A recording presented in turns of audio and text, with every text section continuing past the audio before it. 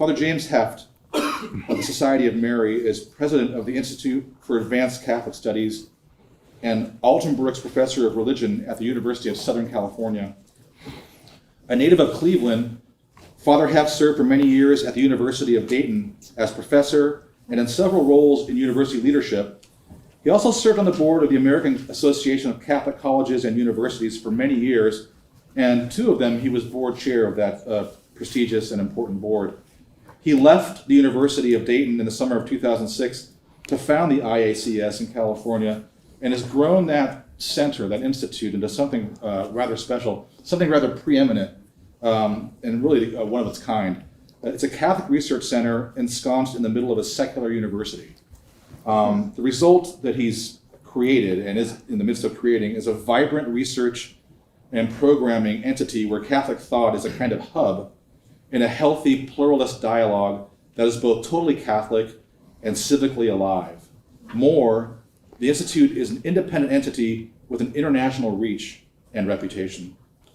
The Institute and its proceedings have resulted in a number of highly influential and acclaimed publications by leading academic publishers. Father Heft himself has written and edited 11 books and written more than 150 articles and book chapters.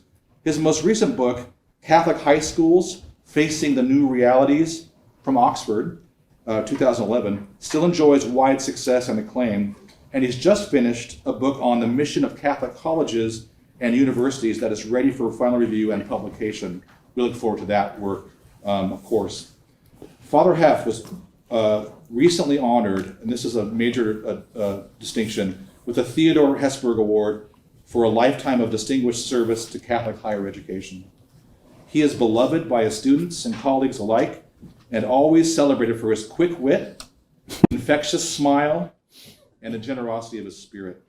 We here at Loyola and at the Hank Center are so happy that he's with us and that he said yes to our invitation. So please help me without further ado in welcoming Father Heft to our podium. Thank you, Michael. Is that the lake out there? Yeah, sure. Is that what it is? Wow. I told them not to open it up because I want you to pay attention to me. Well, this podium is made for a midget. I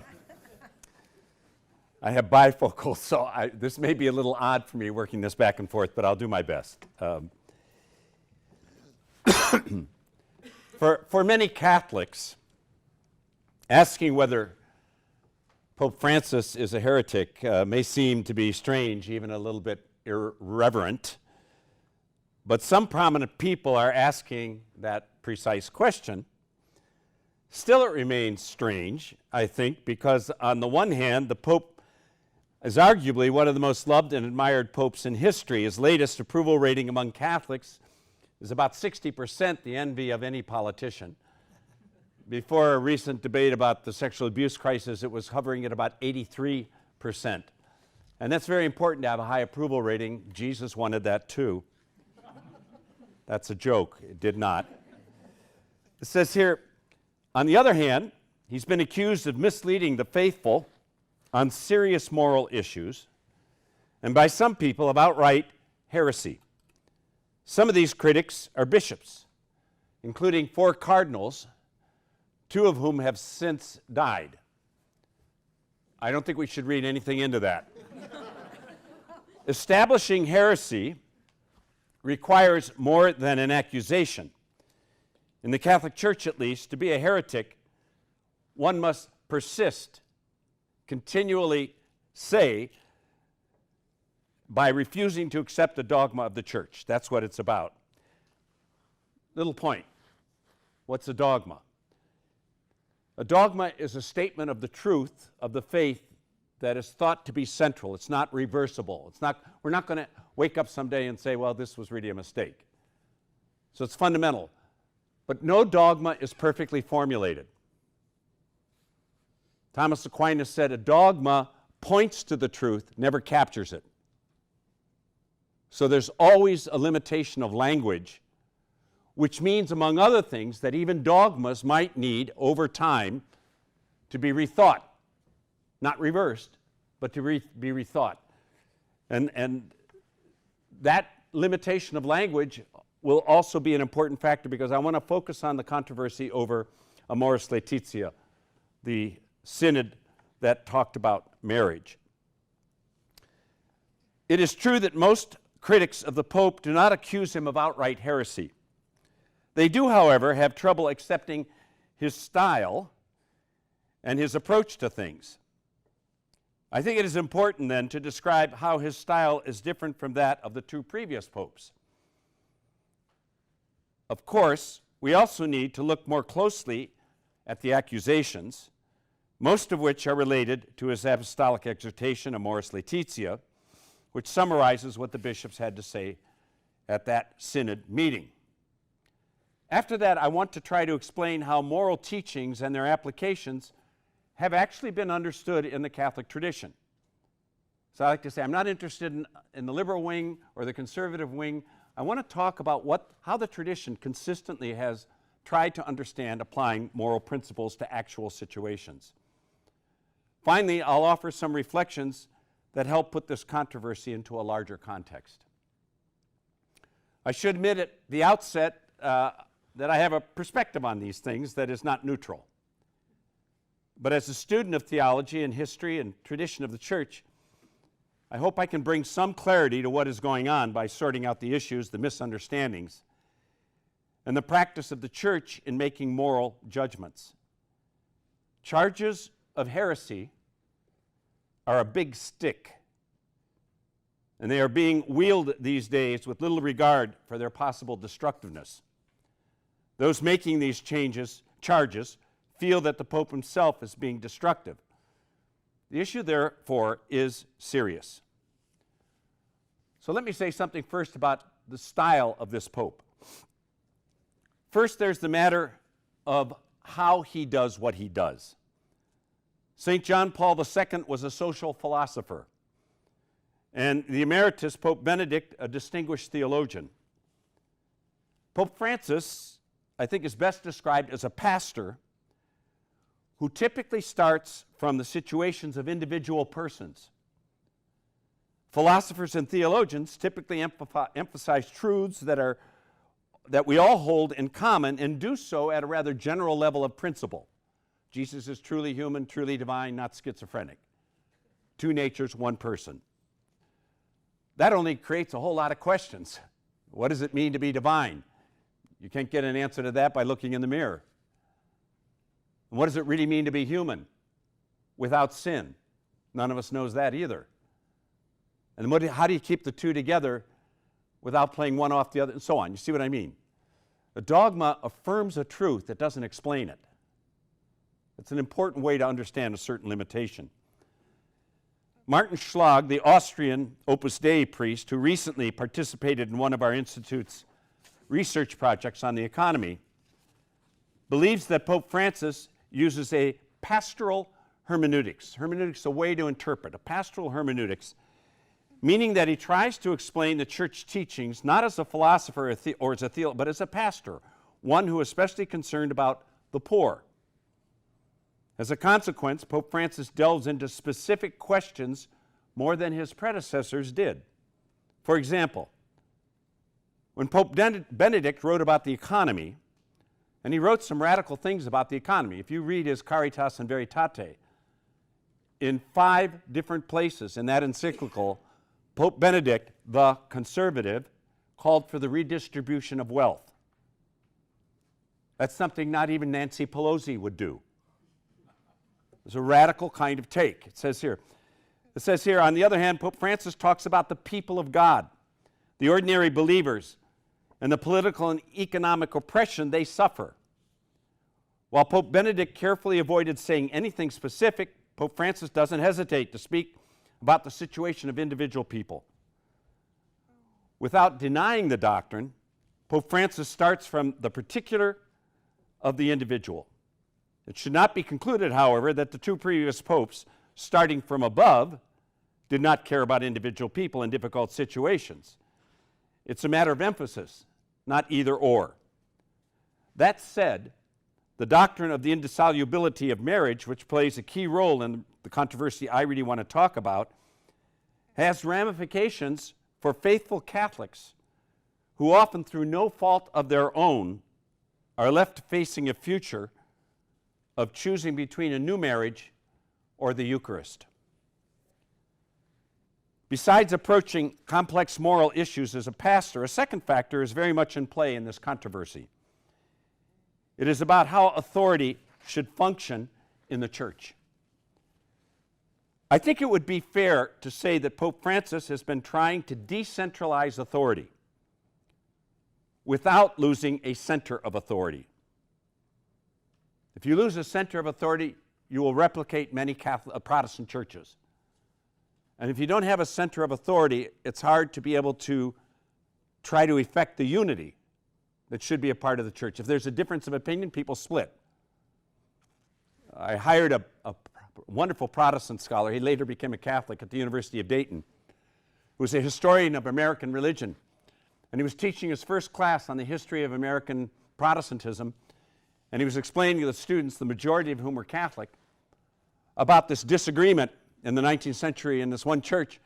And a group of the people just left and founded their own church. And one of the students put up her hand and said, "Who told them they could do that?" He said, "I knew I was in a Catholic university." In Evangelium Gaudium, Pope Francis writes that he does not, and I quote, does not believe that the papal magisterium, papal teaching office, should be expected to offer a definitive or complete word on every question which affects the church and the world. It is not advisable for the Pope to take the place of local bishops in the discernment of every issue which arises in their territory. Listen to this closely. In this sense, I am conscious of the need to promote a sound decentralization.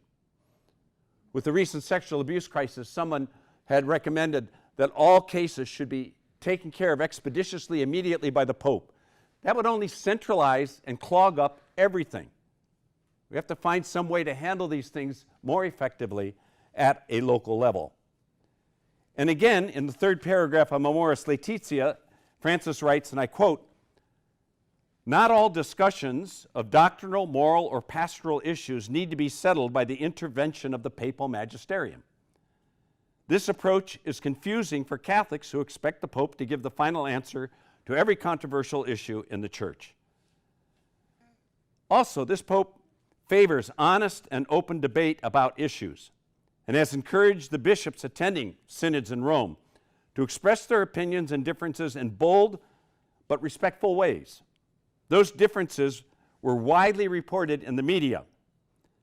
Admittedly, this approach can also cause confusion when, for example, one bishop interprets Amoris Laetitia in a way that requires Catholics in a secular, irregular marriage to live as brother and sister if they are to receive communion, while a bishop in the neighboring diocese thinks that there may be grounds in a specific case discerned carefully with the local pastor to readmit these people to communion.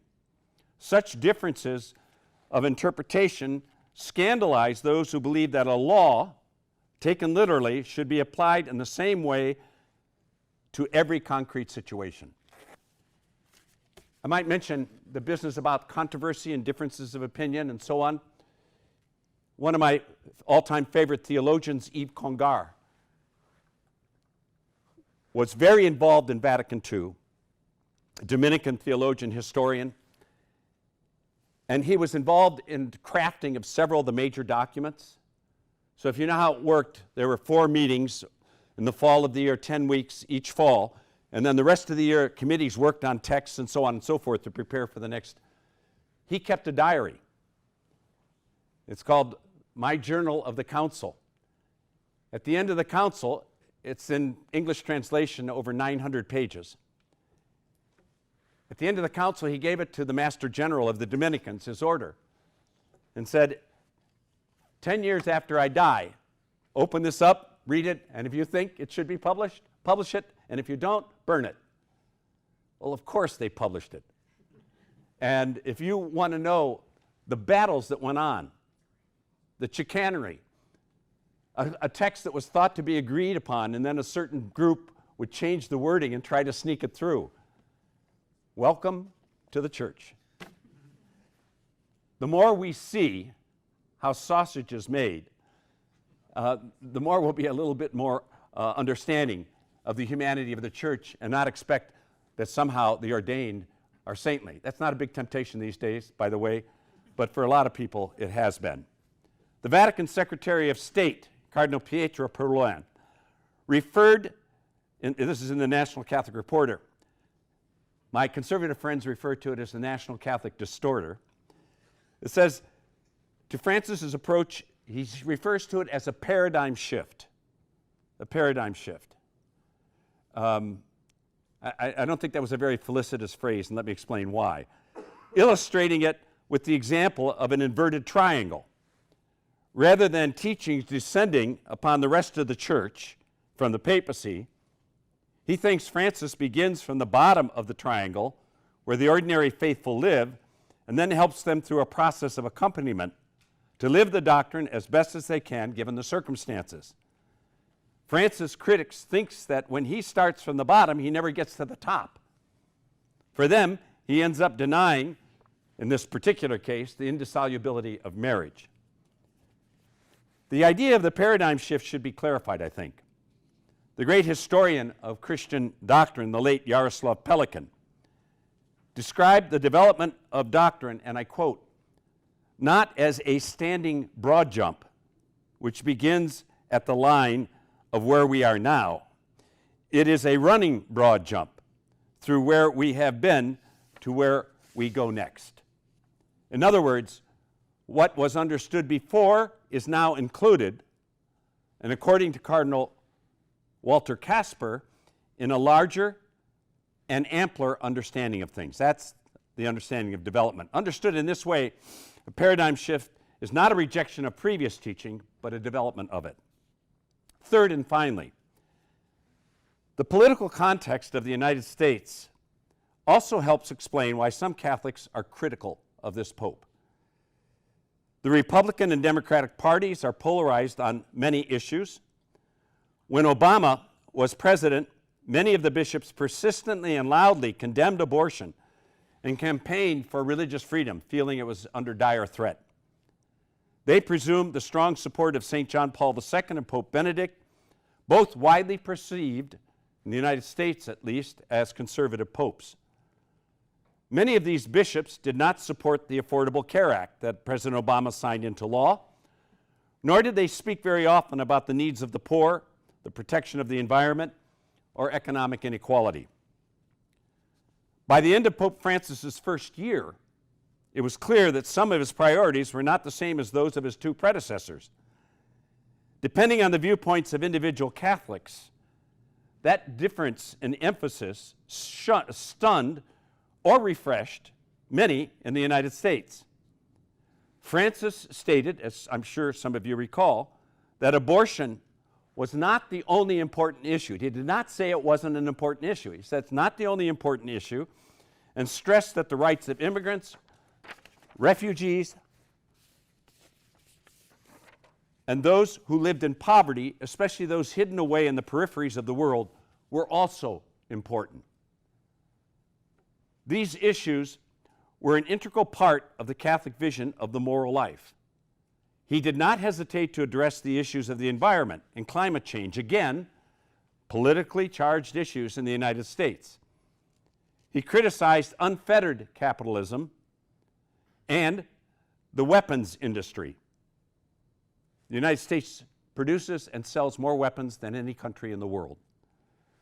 Those Catholics who were very much at home with the previous two popes believed that opposing abortion and gay marriage should be the top priorities for the Catholic Church in the United States.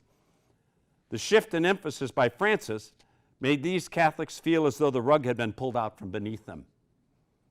Defenders of Pope Francis argue that he has simply taken a more comprehensive approach rooted squarely in Catholicism, still condemning abortion and gay marriage, while at the same time affirming the rights of immigrants, the poor, and criticizing an economy that excludes and kills.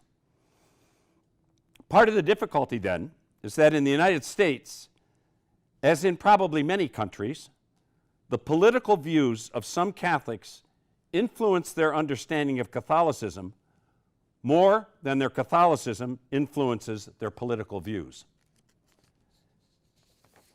Let's take a look at the accusations against him.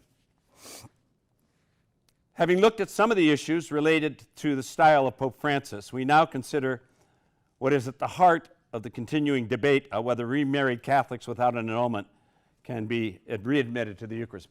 I might want to mention one thing. I got into this debate at another university about style. There are a number of people that like to make a sharp distinction between style and substance.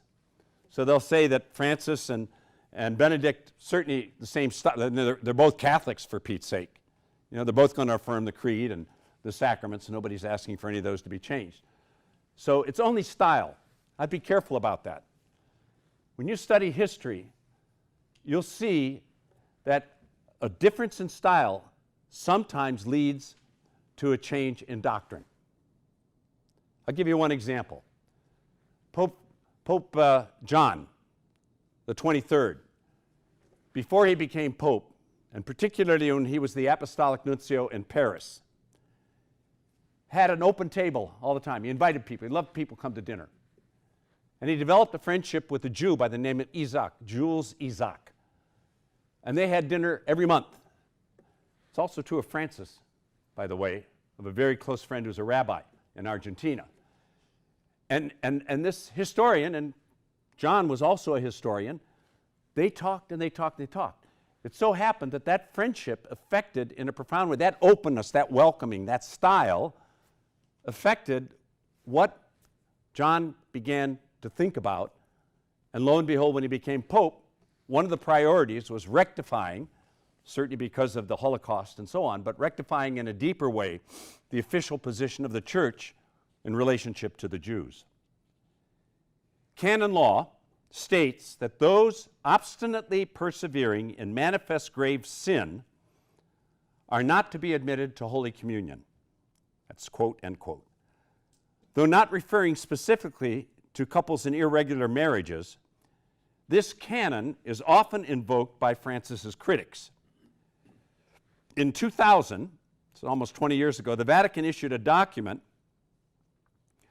which insisted subjective good faith did not change the objective character of the teaching, and therefore made no difference to the binding effect of Canon 915.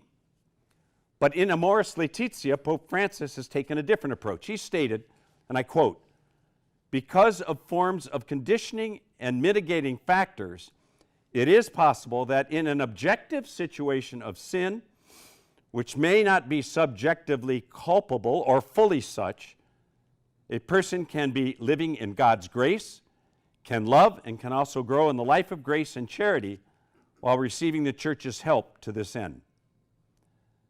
The Pope then added, "I understand those who prefer a more rigorous pastoral approach which leaves no room for confusion. But I sincerely believe that Jesus wants a church attentive to the goodness which the Holy Spirit sows in the midst of human weakness." Later in my remarks, I will refer again to conscience and how it and discernment play important roles in this controversy. In 2016, the most prominent critic of Pope Francis, the American Cardinal Raymond Burke, and he remains so, joined by 3 other cardinals, submitted to Pope Francis a private document, a dubia, which contained 5 questions about the Pope's teaching on communion for remarried Catholics. They claimed that Pope Francis had caused tremendous confusion in the Church and asked for a clear yes or no to their 5 questions.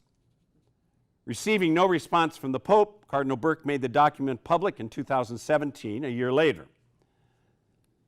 For Burke, the key issue was Pope Francis's apparent denial of the Church's teaching on the indissolubility of marriage and a failure to show the proper respect for the Eucharist. Or as the headline of one article put it, quote, "Pope Francis has elevated communion for adulterers to the official teaching of the Church." In short, these critics demand that Pope Francis either defend his teaching or retract it. Others have also publicly criticized the Pope. Perhaps best known in the United States, Ross Stewart, a convert to Catholicism and a regular columnist in the New York Times, in an article he wrote for Atlantic Magazine, he asked whether the Pope would break the church and cause a schism.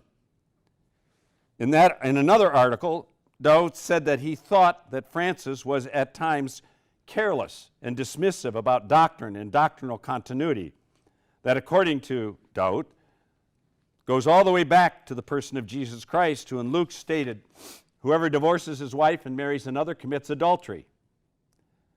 Dowd claims that what Pope Francis teaches about the indissolubility of marriage evacuates it of meaning in actual practice. Last year, Simon & Schuster published his book, Dowd's book, To Change the Church, Pope Francis and the Future of Catholicism. Maybe some of you have read it. Also in the United States, Father Tom Weinandy, a Capuchin theologian and a director of the U.S. Bishops' Conference Committee on Doctrine, published a letter that accused the Pope of several abuses, including, quote, an intentional lack of clarity that risks sinning against the Holy Spirit, the Spirit of truth.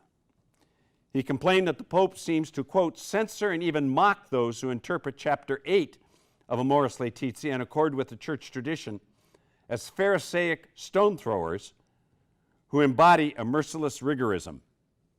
That is true, he did say that. He also decried the Pope's appointment of bishops who support his views, which is basically what all bishops do. He says, but he decried this. The day after Weinandy published this letter, he was fired by the American bishops. In England, a group of 62 theologians, academics, and priests signed a 25-page document that argued Pope Francis's papacy was in crisis because it had been influenced by the thought of Martin Luther and modernism, a theological movement condemned in 1907 by Pius X. And finally, I could extend this list. There's no need to do it. But finally, several other bishops publicly criticized the Pope's teaching about the possibility of divorce and remarried Catholics receiving communion, including 3 bishops, one of Kazakhstan, the Emeritus Bishop of Riga, Latvia, 2 Italian bishops, and a Swiss bishop and an auxiliary bishop of Kur. In Poland, a group of 140,000 Poles signed a petition asking the Polish bishops to defend the Catholic teaching on marriage and not succumb to the, quote, German errors, end quote.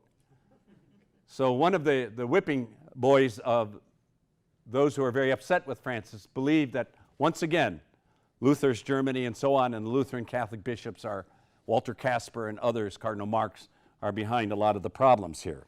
So don't get infected by that error, which is presumably, at its nastiest, and I'm going to stop after this, some criticism borders on hatred of the Pope. One prominent English priest told the reporter, I have the reference here if you want it, that, quote, we can't wait for him to die. It's unprintable what we say in private about him. Whenever 2 priests meet, they talk about how awful Bergoglio is, end quote. The priest then told the reporter, you mustn't print any of this or I'll be sacked. I could, of course, mention still more critics, but it should be obvious that for nearly all of them, the controversy over the correct understanding of the Church's teaching on indissolubility is a matter of concern. They believe that the Pope has in effect denied that doctrine. Others, as I have mentioned, don't like his style or find it confusing or both. Clarifications. What I want to do here is say a little bit about the moral law and how it is applied and how it is understood within the Catholic tradition. One of the primary sources of misunderstanding between the Pope and his critics centers on how to understand the moral law and its application to specific cases. Many of Pope Francis's critics, in my opinion, think of moral doctrines as absolutes to which there can be no accommodations. For them, everyone who divorces and remarries without an annulment lives in adultery. Pope Francis, however, following Thomas Aquinas, believes that while the general law remains valid, there may be, in strictly limited instances, different applications of the law. Aquinas recognized the importance of taking into consideration the concrete circumstances of individuals when he wrote, and I'm quoting the Summa here, although there is necessity in the general principles, general law, the more we descend to matters of detail, the more frequently we encounter defects. Defects meaning you can't just apply the law without taking into consideration what is going on. In matters of action, truth, or practical rectitude, it's not the same for all as to matters of detail, but only as to the general principles. And where there is the same rectitude in matters of detail, it is not equally known to all. The principle will be found to fail according as we descend further into detail. So I think the basic idea is you have a general principle, it's valid, you keep it as a norm, but then you try to figure out how does this apply. Discerning the details is not just a cognitive exercise. This is important. It requires experience on the ground. As moral theologian James Keenan points out, to apply the law justly requires both a knowledge of the law and an examination of circumstances that an individual lives in. This knowledge of individual lives, what might be called the existential context, is learned by riding on the bus, kissing the feet of young people in prison, visiting refugees, and being in the midst of people's actual struggles. Francis calls bishops and priests to be in the midst of their flock, to know the smell of their sheep. Pastors who do so rarely idealize the moral life, including marriage. I am a sinner, Pope Francis said when a reporter asked him who he was. There is no perfect family or marriage.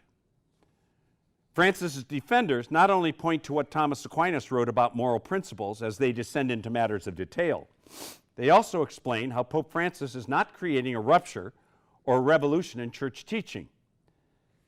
Cardinal Christoph Schönborn, a Dominican theologian and the leader of the Archdiocese of Vienna, a student and longtime confidant of Benedict XVI, and the general editor of the Catechism of the Catholic Church. You couldn't get a better set of credentials in terms of being solidly rooted. Reminds critics of Pope Francis that St. John Paul II wrote in his document, Family in the Modern World, that pastors, and I'm quoting, that pastors must know that for the sake of truth, they are obliged to exercise careful discernment of situations. Schönborn believes that JP2 saw a difference between those who had tried sincerely to salvage their first marriage and were abandoned unjustly, and those who had destroyed a canonically valid marriage through their grave fault. Schönborn continues explaining that JP2 had in mind that people who, quote, have entered a second marital union for the sake of bringing up their children, and who sometimes are subjectively certain in their consciences that the first marriage, now irreparably destroyed, was never valid, have a reason for readmission to the Eucharist. Schönborn recalls asking Cardinal Ratzinger in 1994, then the head of the Congregation for the Doctrine of the Faith and later the Pope, whether the old practice that existed before the Second Vatican Council was still valid. That practice of the internal forum. Any of you ever hear of that? The internal forum. Okay, a number of you need to hear of it. So here, it says, the internal forum through which, after careful discernment with one's confessor, permission to receive the sacraments for those in an irregular marriage might be granted, provided that no scandal was given. Schönborn recalls Ratzinger's response, quote, there is no general norm that can cover all particular cases. The general norm is very clear, and it is equally clear that it cannot cover all cases exhaustively, end quote. Consequently, in Schönborn's view, we cannot automatically speak of a situation of mortal sin in the case of a second marriage. A person applies for an annulment, doesn't get an annulment. Is the process of annulment infallible? No, it's not. It's even different in different dioceses. So to use that as an absolute norm, I mean, I recommend it. I think it's a good thing to try to help sort it out.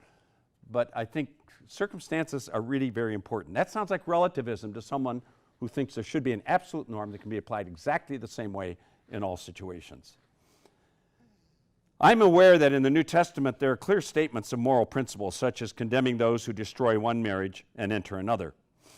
I've already cited Schönborn's explanation of the discernment that is needed for the proper application of moral principle.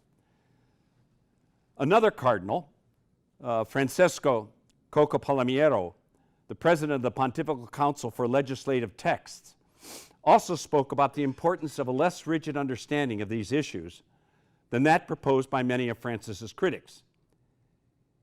He spoke about Catholics who are in irregular marriages, who want to change, who are unable to do so for serious reasons.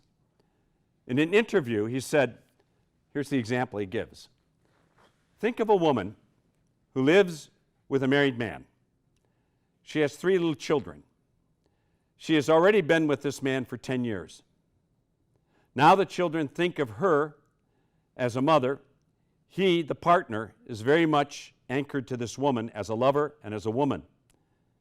If this woman were to say, I am leaving this mistaken union because I want to correct my life, but if I did this, I would harm the children and the partner, then she might say, I would like to, but I cannot. On the ground, such details can make one rethink how those moral principles should be applied. In such a situation, the cardinal believes that a person should be given absolution and communion because, he says, 2 things are clear. First, the person is already detached from evil, and second, the person can't materially change her situation at that time. These cardinals and Pope Francis are concerned about caring for people in these difficult situations. Accordingly, they teach that under strict conditions it is possible for some people in irregular second marriages to receive communion. According to the Catholic tradition, moral theology stands on 2 feet: the general principle and the prudential application of that principle to specific cases. That's prudence. Prudence, you know how you have the 4 moral virtues: prudence, justice, temperance, and fortitude. Prudence is always listed first because it's the most important. If you don't have prudence, fortitude could be like Evel Knievel. It'd be stupid. You'd think that's courage. It's just foolhardy dumbness.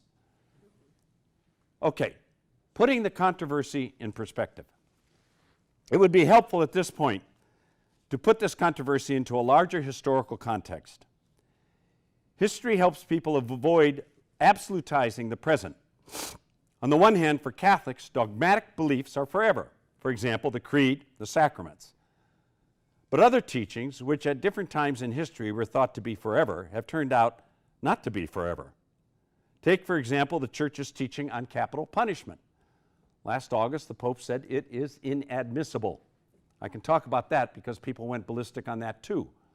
If they really want to point the finger at the culprit on that, they should point it at St. John Paul II. He's the one that really closed the loop to about there.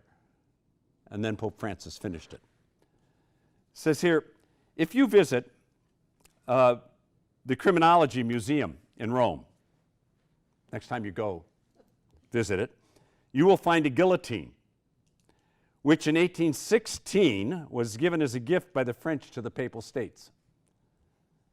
That instrument of death decapitated by papal decrees scores of convicted criminals. Before that, executioners in the Papal States used either the noose or the axe. The Vatican used the guillotine right up to July of 1870. It stopped when the Italian revolutionaries stripped the papacy of its states, the Papal States, and the power to impose capital punishment. Don't take my word for it. Go to the museum. Until recently, the Church opposed the death penalty, except in very rare cases when a society's safety is at risk. And just last August, Pope Francis declared capital punishment to be inadmissible, without any exceptions. In a period of less than 150 years, the Vatican has gone from executing criminals themselves to opposing all executions. I could, of course, offer many other examples of teachings that were taught to be forever fixed, but were changed, such as religious freedom, separation of church and state, the universal call to holiness, and the continuing validity of the covenant God made with the Jews. But that's going to be another talk.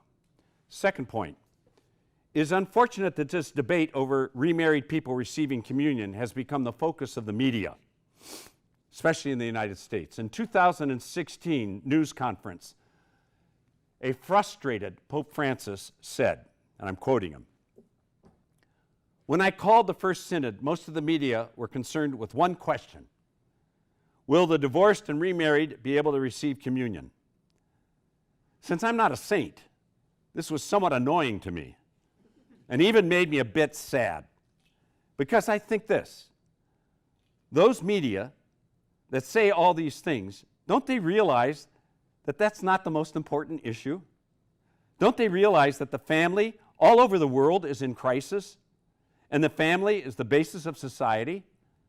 Don't they realize that young people don't want to get married? Don't they realize that the declining birth rate in Europe is enough to make you weep? Don't they realize that the shortage of jobs and employment opportunities is forcing fathers and mothers to take two jobs and children to grow up by themselves and not learn how to talk with their mothers and fathers? These are big issues. They are not interested in them." End quote. I would add that in the United States, there's been a 52% decrease in the number of Catholic marriages since 1993, though our Catholic population has increased by 30%. Divorce remains a major issue as well.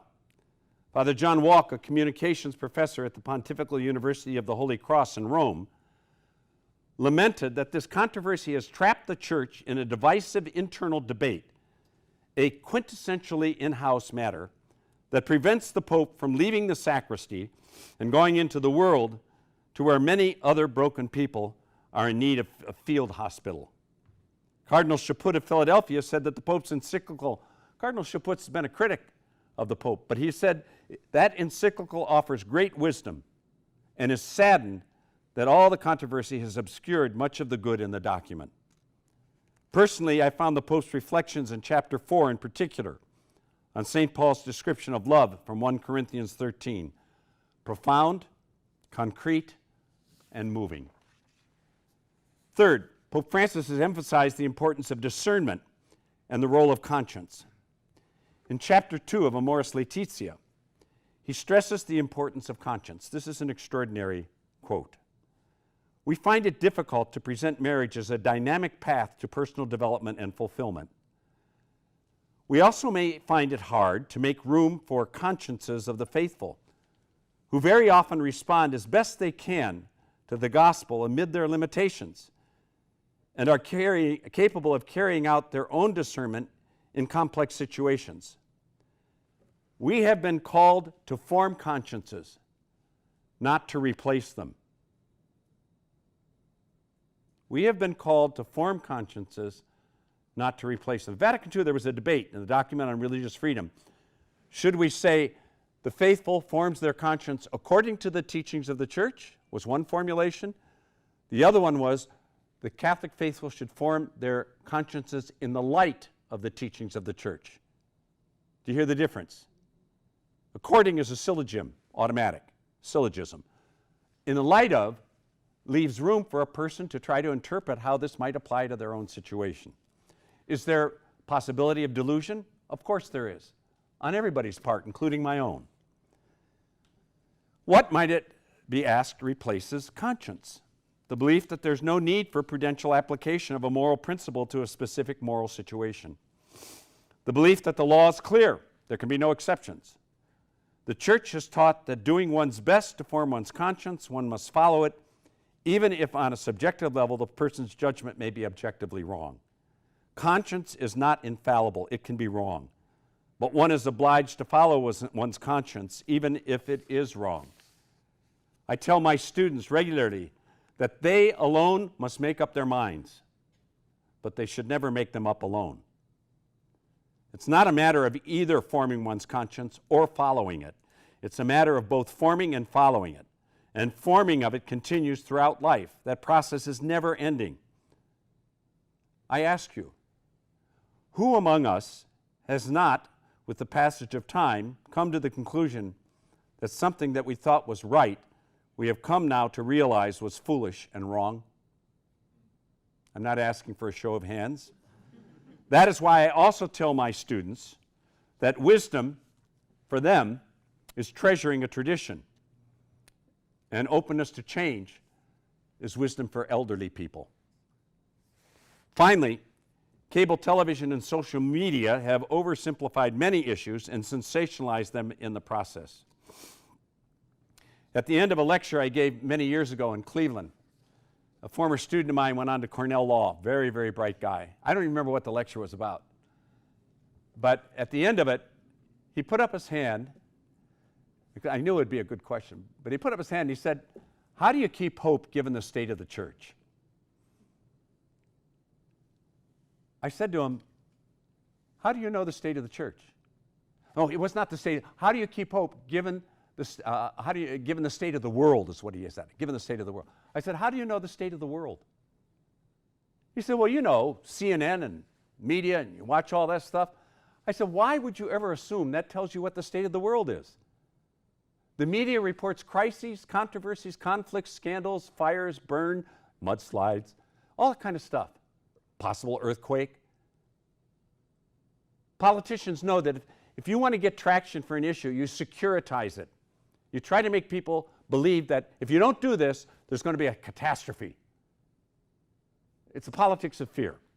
It goes on in lots of places. What we need to do is put controversies in a context and realize the amount of good that we do see day in and day out. That makes a difference. Let me conclude. Is then Pope Francis a heretic? By now you should realize in my judgment, no. But I understand why some people could think he is. He represents a clear shift in style from the previous two popes. The relative emphasis he gives to issues is also different, but not opposed to the emphases of his two predecessors. There is a continuity in the midst of change. Emeritus Pope Benedict commented on a recently published set of 11 books about Pope Francis, writing that they reasonably demonstrate that Pope Francis is a man of profound philosophical and theological formation and are helpful to see the interior continuity between the two pontificates, even with all the differences in style and temperament, end quote. Very interesting statement from, they always wonder, what are you going to do with a Pope Emeritus? You know, do you keep him hiding or how do you do? Well, he's said a few things at different times. It's been a very interesting thing to watch. What happens if we have 3 now? Or 2 more? So who knows? I hope that because of my presentation this evening, you will appreciate more the challenges the Pope has in shifting from primarily a rule-based understanding of morality to one that gives equal attention to the actual concrete situations people live in. What Francis is about is not an either-or, but rather an appropriately Catholic both-and. Both moral principles and the prudential application of them. The moral principle is clear. The prudent application of that principle to specific cases requires time, prudence, and it may not always be the same. Thank you.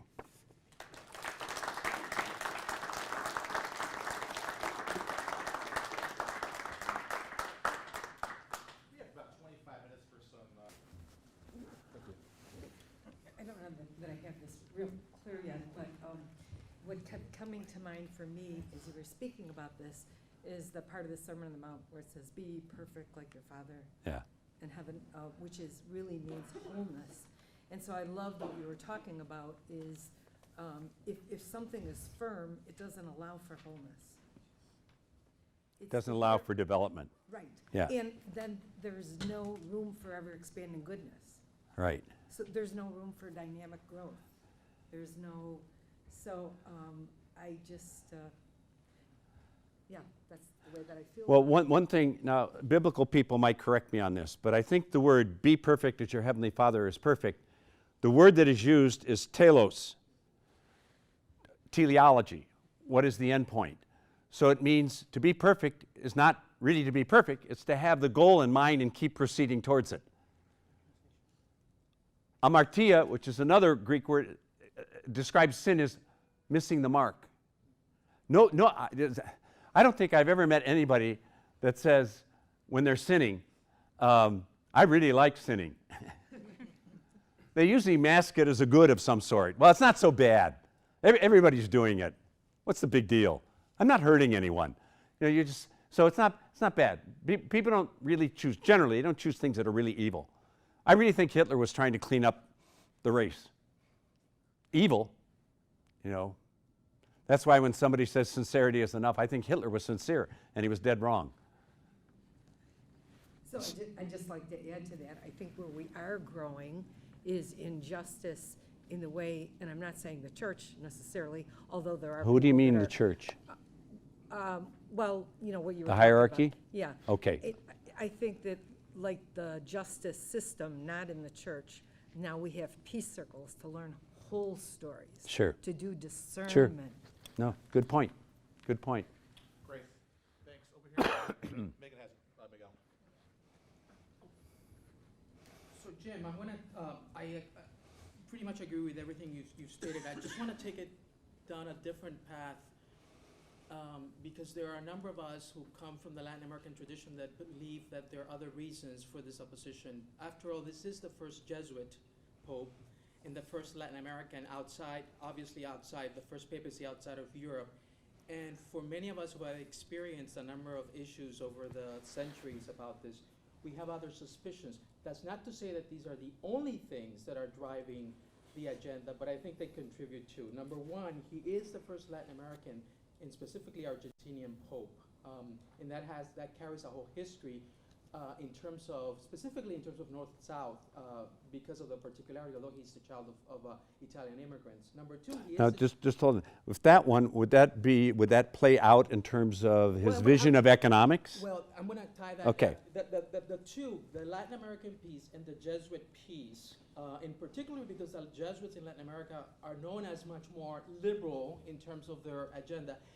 Those two, he has a very specific connection as an Argentinian to the Latin American version of the preferential option for the poor in Latin American liberation theology, which gets expressed in Argentina as la teología del pueblo. This very much, I mean, there have been several studies that have been done on this and how this is reflected on his message. On a broader scale then, that is also very much informing his, well, the Jesuit piece is informing his discernment, is informing his holy indifference, and is informing the immersion of the Jesuits in Latin America and the history of that, but also intellectually, which is largely ignored, the fact that many of the Jesuits, including Ignacio Ellacuría, have a philosophy is just not a following of the classic substance metaphysics philosophy, Ellacuría, Zubiri, so a very different, a very different perspective. That then I think translates concretely from his very first apostolic exhortation, which you cited, on this notion that you have to begin with the person, his or her concrete experiences, conditions, and anxieties, Right. and only then do you then move on to this second level. Okay. It's very much reflective of the seeing, judging, acting, which is very much Sure. part of the Latin American liberation tradition. Sure. It's profoundly philosophical, it's profoundly theological, it's just not the same as the European tradition that has guided the church, especially under Pope Benedict, with European secularism. This is a Sure. very different context. Sure. Yeah, and all good points. I agree with you entirely. And the only caution I would give, I think it's precisely for those reasons that people dismiss him. Absolutely. And it's the same thing why they dismissed John Paul II, because he came from communist country, he was Polish, and he had absolute bias against liberation theology, and it was all because of his background. Revolution was such a terrible thing with the communists, that's why he couldn't even stand it. So the difficulty, the danger would be any of us reducing a person to their particular habitat where they started from without also connecting them, as you did, to the larger things. So good points, absolutely. Thank you. Over here, Father Heft. Thank you for your talk.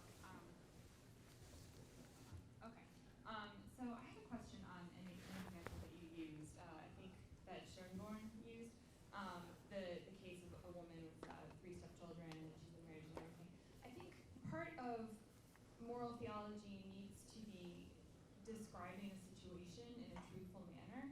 And so I'm wondering about this description of that particular situation as someone who, gosh, would really like to live by the teaching and leave her family, but she just can't. You know, is that an accurate description of that situation? Is that the best way to look? Is the way I read the description accurate? No, I mean, in that theoretical situation, would that evaluation of what's happening be the most accurate description? Would a woman Yeah. really feel, Yeah. gosh, I would love to leave this? If you're asking me, do I think that's an absolutely right, unquestionable interpretation, the answer is no. It's a prudential judgment. Prudential judgments always run the risk of not being true. That's why you never end forming your conscience. You could come later to say, I was rationalizing some things and so on and so forth. But I could certainly see someone, as it says, in an objectively wrong situation, for subjective reasons, deciding that this is the best they can do at the time. Prudentially, yes, it could work, but it's a prudential judgment. I mean, don't underestimate the critical importance of prudential judgment. It affects really important things, like what am I going to do with my life? Whom am I going to marry? Do you ever get to a point where I know absolutely whom I should have married? Or is it like, God, I wish I would have waited 5 years later, I found someone much better. These are areas where prudential reality takes time. So it could be, it might not be. I know someone who wants to live by the principle would walk out right away and say, I'm not going to stay in this situation, it's immoral. Then you have the question of the kids. How's that going to work? Well, that'll give them a good example. Well, is it clear or is it gray? And how do you handle it? Do you have a follow-up to that? No. Is there another question on that side of it? Yes, there is. Mike Canaris. Hi. Yes. So as an ecclesiologist, I hung on every word you were saying with great interest and investment, right? But I think if we're going to honestly read the signs of our times, that we have to take into account the apathy of millennials and nuns and duns in some of these questions. So He's talking about some of you. Listen carefully. I mean, I think the battles over Humanae Vitae, for instance, looked very different in 1972 when people were, you know, in faithful dissent or something, versus today. I think it's almost like foreign to a young person to say, well, why would you even care about a teaching like that? Yeah. And so I think that, kind of tied to that, I think the genius of Pope Francis in much of this is his idea about teaching through images and gestures. There's a great biography of him called the Untying the Knots. And the first scene in that is him carrying the suitcase onto the plane. Yeah. And before that, he says, where's my suitcase? And they said, it's on the plane, Holy Father. And then he said, well, go get it and bring it to me. So if the humility is really about the guy not wanting somebody to carry his bag, now the guy's had to carry it twice on the plane and off again. But To make a point, he put the other person through more. He thinks that like that is worth the teaching through images that can reach Right. people in a new way. And I just wanted to sort of throw that in and see what you thought about that. I remain somewhat agnostic about the younger generation. The statistics are pretty clear about young adults not affiliating at a more rapid pace than in the past. I just finished co-editing a volume and contributing a final chapter studying the growing number of young adults who are not affiliated. I don't like calling them the nuns because it suggests there's nothing there. That's not really true. In some cases, yes, completely secularized, indifferent. In other cases, they remain a belief in God. They pray, they report that, so on and so forth. How to find a living connection with the issues that might reverberate and then use those to get them into a deeper life within the church is one of the great pastoral questions of the time. Okay, both of these here. Great questions, folks. I'm running out of ideas. So my question goes back to the section we were talking about style and decentralization. And you mentioned Pope Francis being decentralized on abuse. But doesn't Francis have an obligation to use his authority as Supreme Pontiff to discipline bishops and priests who are abusers or who have covered up? And that being the case, why is it that it appears that he does exactly the opposite with many of his personal friends? For instance, Bishop Zanchetta from Argentina. Cardinal Barberin, we just learned about this week, he did not even accept his resignation. His personal friend Gustavo Vera, who is a leading pimp, really, in Argentina. Not to mention, from his past in Argentina, Father Grassi. In that whole case, he basically went out of his way to influence the jurors and to persecute these survivors. So if Francis is trying to wake us up to a church that, or wake the church up to the reality of suffering in the world and treating the suffering, why is it that he appears that he has no regard for survivors whatsoever? It seems to me like you've answered your question, that he doesn't have that. I'm not sure you're right. I hope you're wrong. I hope I am too. Yeah. When the American bishops last November, at the last moment, got that intervention, it was totally ham-fisted on the part of the Vatican to do that. They claimed they didn't have enough time to review. I think it was a great mistake. I thought what the bishops were about to do was a good thing. I think they will do it. And I think that there's a way in which this is going to continue to be a ripple effect. We're in a global reality. If you've ever lived in other parts of the world, as I have in India and Africa, you begin to realize how totally different the sensibility is on this issue. There are any number of bishops who never even met a victim, never even sat down and listened to one, which I have heard from any number, those of you who know more than I do. That's a real turning point for them. So I don't know enough to know what really is going on in the Pope's mind on these things. The way you described them, there are some of the you described I didn't even know about, would suggest that he's not really acting swiftly and with the clarity that he should. I'm going to wait and see. I don't know. It's more than inaction. It's the opposite. Yeah, I mean, I hear this as a very severe criticism. I also hope that people balance it with other things that he has done.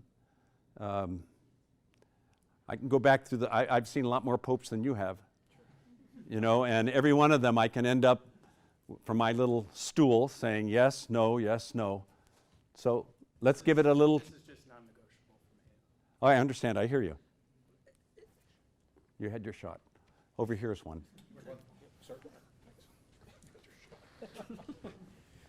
First, if I could start with a comment and then a question afterwards. My name's Nolan Hawley. Just about actually 1 month ago, we met. I'm not sure if you remember. Hawley, Hawley, yes. George's son. Exactly, yes. I know who you are. Yes, you Take do? that microphone away.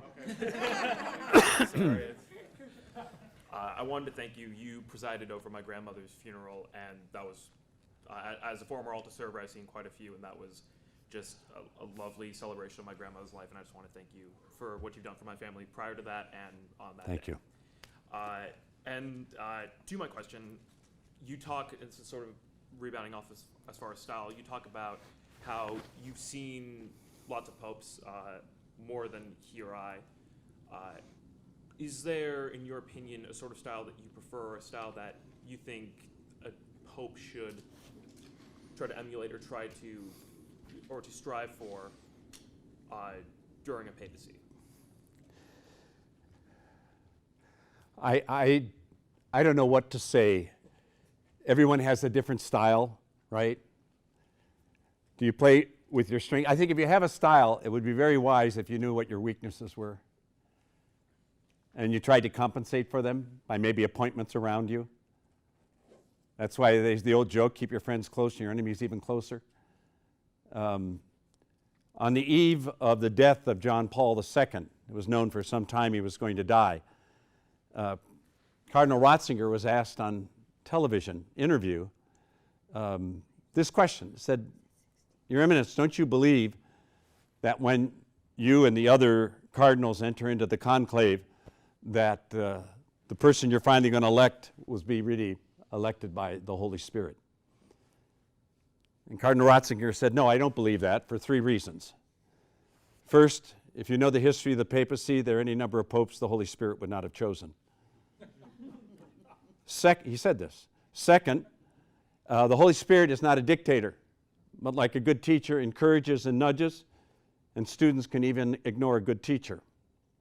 And third, the best we can hope for, whoever is Pope will not destroy the church. The gates of hell will not prevail against it. Expecting perfection of popes, I think, is a great danger. We're all human. We all have filters. If I were to ask you what your blind spot and you could tell me what it is, it's not a blind spot. And the only way we usually find out our blind spots is by somebody who sees us more clearly than we see ourselves and we listen to them. And that's fairly rare. That's fairly rare. To be able to say, well, you're too severe, or you tend not to notice this. And the more there's clericalism in the church, the less likely that statement is going to be made to someone who's ordained. So there are a number of problems here. And my own sense is whoever has the job had better try to get the best advice they can. Bring people. I tried when I was a university administrator to make sure I always had a couple people in a committee that I knew thought differently than I did and were very, not weak, but were powerful in their expression. So I don't know what to say about what I think would be the best style for a particular pope. Fidelity, faith, hope, and charity, honesty, love. That side of the room, we have time for maybe two more. I always encourage at this point our students to maybe, if you had a little fear about doing this, there's nothing to be afraid of. So any question, you'd be welcome. Especially now that they've been accused of being apathetic, I would think. I didn't hear what you said. I said especially because they've been accused of being apathetic. I think Maybe you can build this. There was an article in LaCroix today about with the Cardinal Barbaron situation and Pope Francis not taking his resignation, that there was several narratives going on that the Pope did not want to participate in a tyranny of immediacy was the language. A tyranny of immediacy. So he wanted to let civil authority run its process Before making a judgment. before making a judgment. That's And- different than what I thought you were saying. But And they then did that also, convict him, found him guilty. so they did run their But process. he has appeal. Sure, sure. and it's So part of the would you process. think it would be good to wait till the appeal?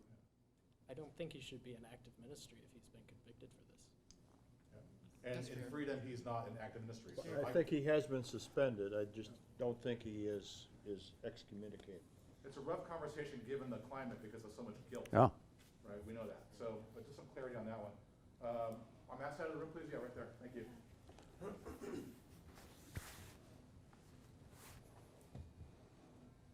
Pope Francis walked into a very difficult situation.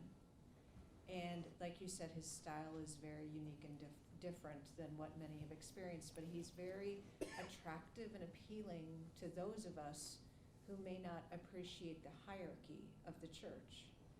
He's also made it very clear that some of the beliefs and practices of the hierarchy of the church may not be aligned with where we should be behaving. I wonder if some of the heretic comments that are coming out, maybe he appreciates and values those because it causes people to maybe challenge the way the orientation to a singular pope and a singular belief system has always existed. I wonder if you could kind of just comment on the idea of his encouragement. So let me understand, if accepting the criticism, hearing the criticism, allowing people to speak freely and so on, if that humanizes and makes more accessible, it's like with, if I'm understanding you, when Pope Benedict resigned, all of a sudden he humanized the office. And he said, the office is more important than being Pope. If I can't do the job that needs to be done, I need to resign. So I think that's a really marvelous statement. And I fully expect this guy to retire too at some point. But if I'm understanding what you're saying, is there is a certain humanity to this Pope? Yeah, you know, I think about it this way, right? If, quote, he was running a corporation, Yeah. he could fire like 3/4 of his staff and bring in all new people, right? You can't just fire all of the priests and all of the bishops and all of the archbishops. You have to grow them into the church. And there have been things that have been ingrained into behaviors and beliefs that may not be aligned with what the church should be standing for. I mean, back to your point about, right, people are arguing the wrong issues. They're not arguing Yeah. about poverty. So I think I understand a little better. I mean, obviously his signature emphasis is mercy. The year of mercy, finding a way of forgiveness, rehabilitation, forgiveness of sinners, following the example of Jesus. Some people want heads to roll.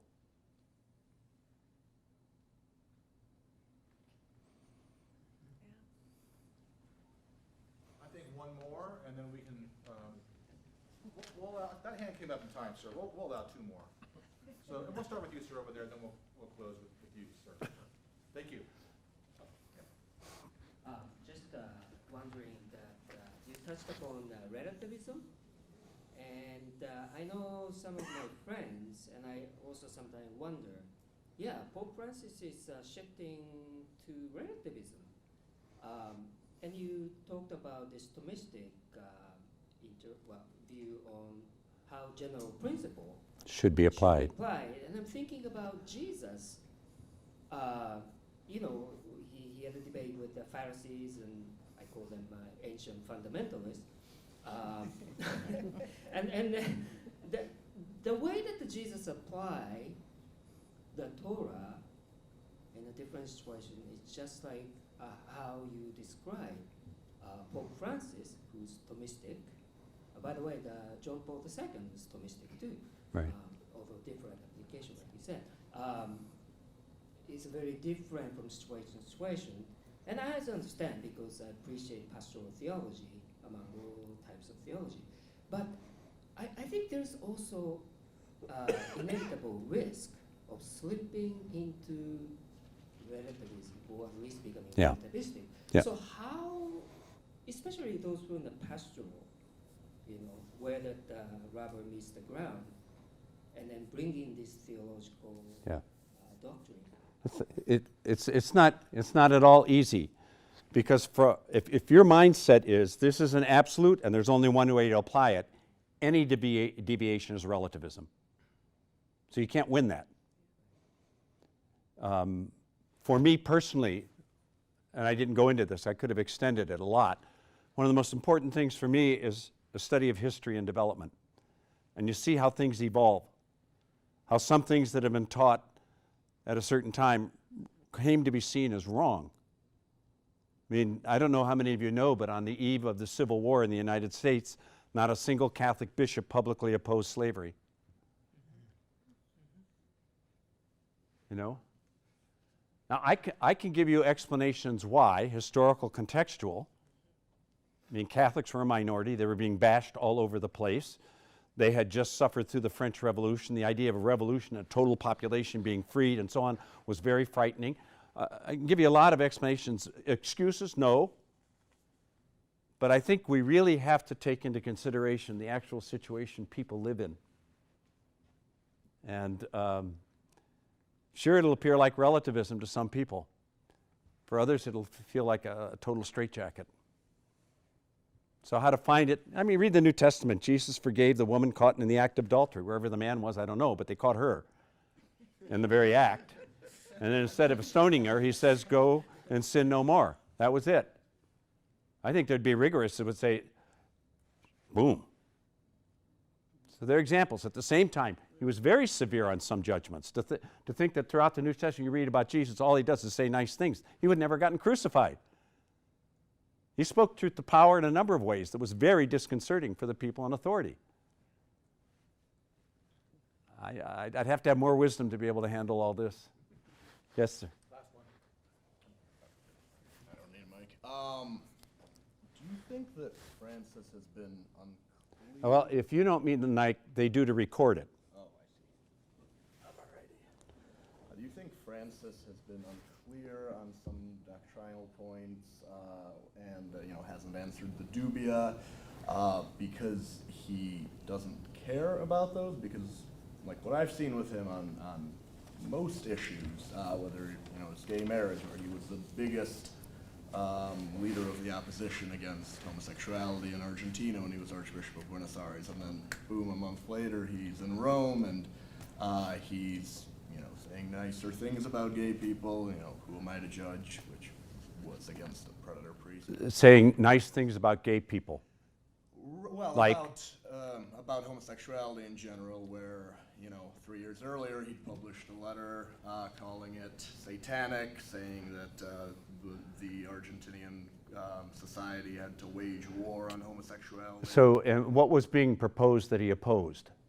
I mean, I want to get context. If you're going to say that, Yeah, sure. I mean, I know that he's opposed homosexual marriage, boom, clear. Yeah. At the same time, we've got a catechism that says, No, yeah. right, but so we should say homosexuality not just itself- nice things, we should respect and love gay people. Right, which was not So- the case when he was Archbishop of Buenos Aires, when he made. Well, it depends on what he was opposing. I don't know what he was saying. Maybe there was somebody that was doing all kinds of sexual abuse and promoting a kind of gay lifestyle, and to oppose that.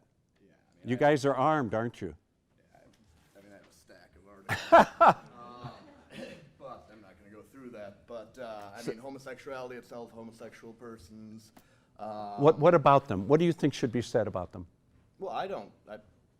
I'm not the one saying that. No, you are. You're a member of the church, aren't you? You got a voice. What would you say about them? I'm homosexual myself, so. And what would you? Do you like yourself? Yes. Yeah, good. You think you're a good person? Right. Yeah. Don't you think you deserve respect? Yes. I do too. Right. So I think it's important for you to be able to say what we should say about. Sure. Okay. Yeah. That. Good. Which Jorge Mario Bergoglio, when he was Cardinal Archbishop of Buenos But don't go Aires- back to that without explaining to me what he was opposing. Then I want to know the context. Yeah. I may agree with you, Yeah. I may not. But unless you supply that context, what was he trying to nail then? Homosexuality itself in the culture, gay marriage. Homosexuality itself? Are you sure? Yeah. Or homosexual activity and promiscuity? For gays or straights? Both. Yeah, well then I would oppose that too, and you should. Right, but he's flip-flopped on that, and when it's more, Look, we need to sit down, you and I, and talk much greater at length about exactly what's going on in that context. They did the same thing to Ratzinger. They quote Ratzinger back in 1970 before he was appointed to about this and about that, and then they say there's this big change that took place. Some of it depends on what your position is at a particular time in an institution and what you're dealing with. That, again, says you go back to look carefully at the circumstances. That means it's going to be, you can exonerate it? No, you may not. But until I have that sense of what was going on at that time when he was dealing with it, over against this one at this time, if I recall correctly, and you used this example, when he said, who am I to judge? I think the question was, correct me if I'm wrong, what do you say about a priest who is gay and lives the vows and lives according to what he's supposed to do? And I think his response was, who am I to judge, saying if the person's gay and they're living the Christian life, so why are you trying to make that a big deal? That's how I read it. Did I read it incorrectly? Yeah, he said it in reference to a particular priest who was actually a predator. But You're not even using the microphone. Speak up. he said it in reference to a particular priest who was a predator. He was asked about a particular case. That he said that about a predator? I'd like the documentation on that. Folks, I want to thank you for your attention. Bless you all. Keep open minds, but deep roots. Thanks.